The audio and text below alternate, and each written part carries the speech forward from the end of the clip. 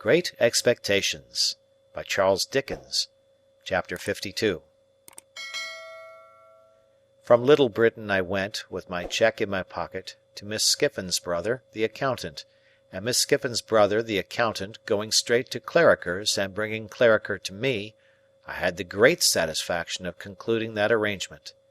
It was the only good thing I had done, and the only completed thing I had done, since I was first apprised of my great expectations. Clarriker informing me on that occasion that the affairs of the house were steadily progressing, that he would now be able to establish a small branch house in the East, which was much wanted for the extension of the business, and that Herbert in his new partnership capacity would go out and take charge of it, I found that I must have prepared for a separation from my friend, even though my own affairs had been more settled. And now, indeed, I felt as if my last anchor were loosening its hold, and I should soon be driving with the winds and waves. But there was recompense in the joy with which Herbert would come home of a night and tell me of these changes, little imagining that he told me no news, and would sketch airy pictures of himself conducting Clara Barley to the land of the Arabian Nights, and of me going out to join them, with a caravan of camels, I believe, and of our all going up the Nile and seeing wonders.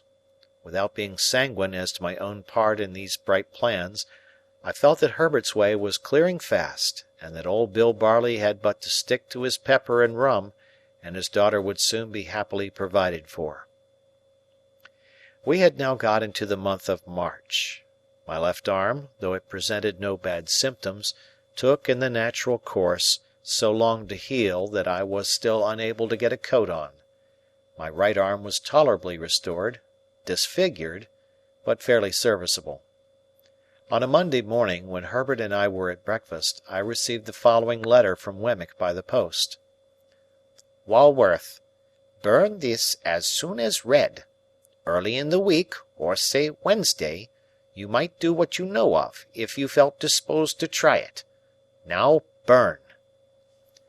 When I had shown this to Herbert and had put it in the fire, but not before we had both got it by heart, we considered what to do. For, of course my being disabled could now be no longer kept out of view. "I have thought it over again and again," said Herbert, "and I think I know a better course than taking a Thames waterman. Take Startop.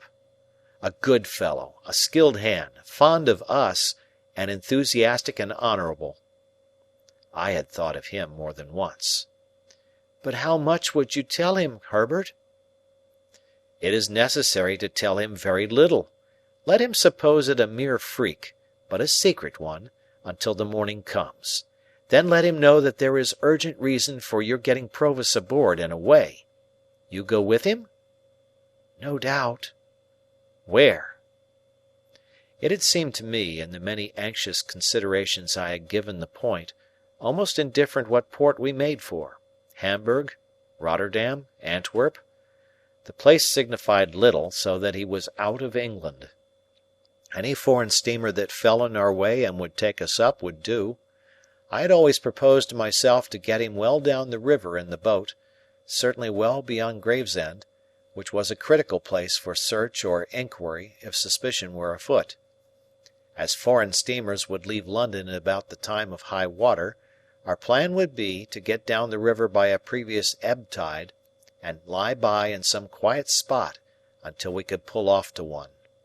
The time when one would be due where we lay, wherever that might be, could be calculated pretty nearly if we made inquiries beforehand.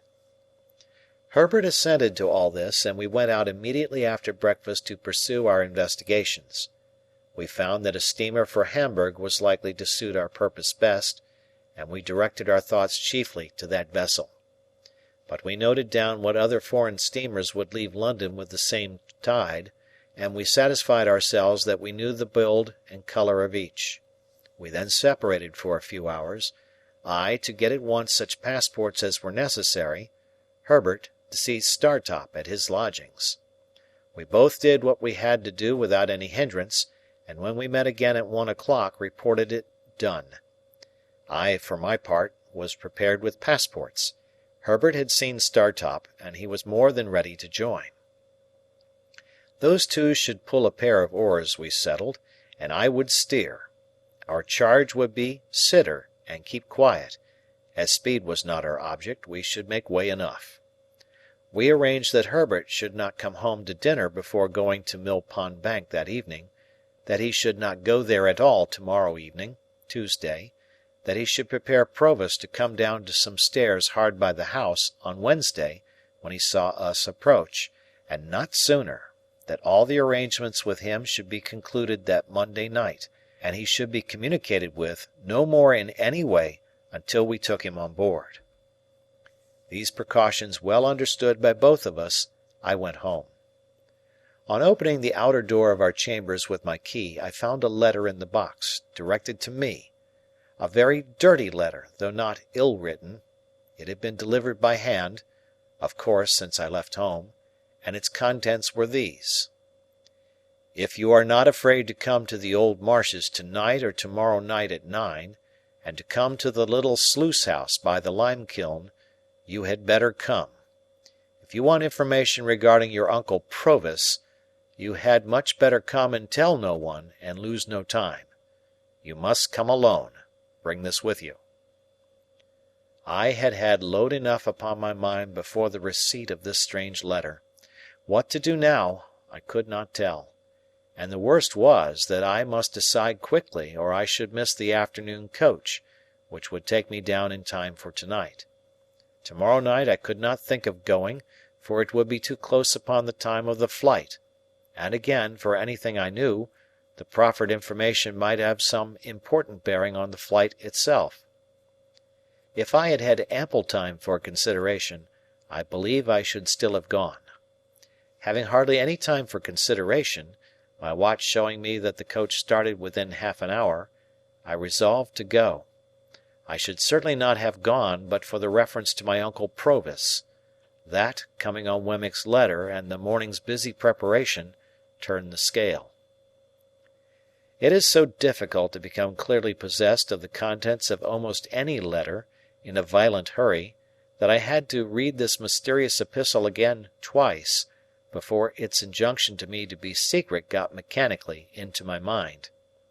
Yielding to it in the same mechanical kind of way, I left a note in pencil for Herbert, telling him that as I should be so soon going away, I knew not for how long, I had decided to hurry down and back, to ascertain for myself how Miss Havisham was faring.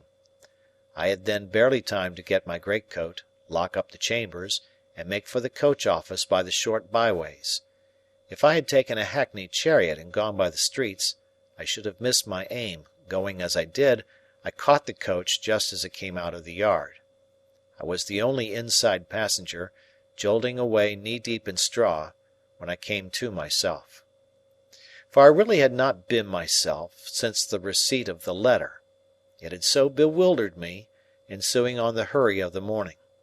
The morning hurry and flutter had been great, for, long and anxiously as I had waited for Wemmick, his hint had come like a surprise, at last, and now I began to wonder at myself for being in the coach, and to doubt whether I had sufficient reason for being there, and to consider whether I should get out presently and go back, and to argue against ever heeding an anonymous communication, and, in short, to pass through all those phases of contradiction and indecision to which I suppose very few hurried people are strangers. Still, the reference to Provis by name mastered everything.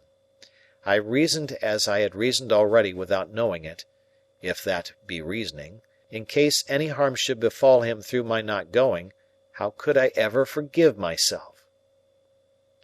It was dark before we got down, and the journey seemed long and dreary to me, who could see little of it inside, and who could not go outside in my disabled state. Avoiding the Blue Boar, I put up at an inn of minor reputation down the town, and ordered some dinner. While it was preparing, I went to Satis House and inquired for Miss Havisham. She was still very ill, though considered something better. My inn had once been a part of an ancient ecclesiastical house, and I dined in a little octagonal common room, like a font. As I was not able to cut my dinner, the old landlord with a shining bald head did it for me. This bringing us into conversation, he was so good as to entertain me with my own story. Of course, with the popular feature that Pumblechook was my earliest benefactor and the founder of my fortunes. "Do you know the young man?" said I. "Know him?" repeated the landlord. "Ever since he was no height at all." "Does he ever come back to this neighbourhood?"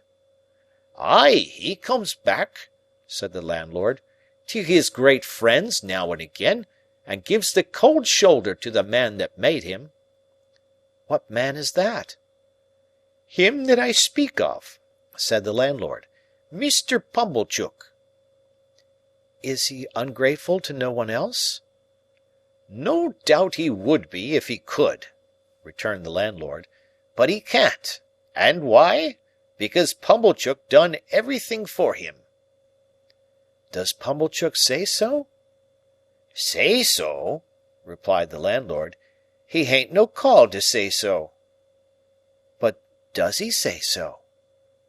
"It would turn a man's blood to white wine vinegar to hear him tell of it, sir," said the landlord. I thought, "Yet Joe, dear Joe, you never tell of it. Long-suffering and loving Joe, you never complain. Nor you, sweet-tempered Biddy." "Your appetite's been touched like by your accident," said the landlord, glancing at the bandaged arm under my coat. "Try a tenderer bit." "No, thank you," I replied, turning from the table to brood over the fire. "I can eat no more. Please take it away." I had never been struck at so keenly, for my thanklessness to Joe, as through the brazen impostor, Pumblechook. The falser he, the truer Joe. The meaner he, the nobler Joe. My heart was deeply and most deservedly humbled as I mused over the fire for an hour or more. The striking of the clock aroused me, but not from my dejection or remorse, and I got up and had my coat fastened round my neck, and went out. I had previously sought in my pockets for the letter, that I might refer to it again, but I could not find it, and was uneasy to think that it must have been dropped in the straw of the coach. I knew very well, however, that the appointed place was the little sluice house by the lime kiln on the marshes, and the hour 9. Towards the marshes I now went straight, having no time to spare. End of chapter.